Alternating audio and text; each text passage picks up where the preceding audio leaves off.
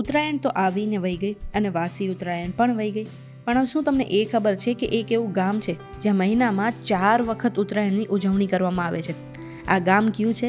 તો આ ગામ છે આપણા ગુજરાતમાં આવેલું ખંભાત.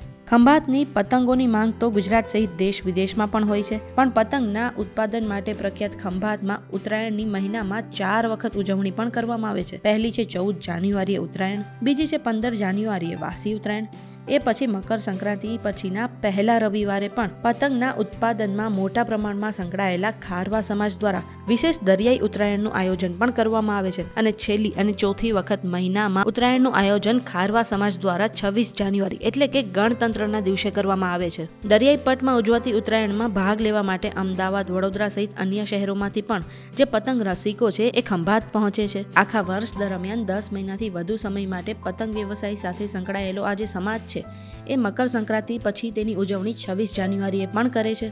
એવું પણ કહેવાય છે કે ગયા વર્ષે 1 લાખથી વધુ પતંગ રસિયાઓ દરિયાઈ ઉત્તરાયણની મોજ માણવા માટે ખંભાત પહોંચ્યા હતા. સાથે મેં તો એવું પણ સાંભળ્યું છે કે ખંભાતમાં ખેંચ મારીને પતંગ કાપવાની પણ મનાઈ છે. માત્ર ઢીલ દોરી મૂકીને જ પતંગને પેચ કરવામાં આવે છે.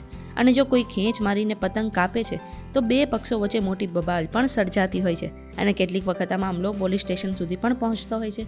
તમને આ વિશે ખબર હતી કે નહીં? કમેન્ટ કરીને જરૂરથી જણાવજો.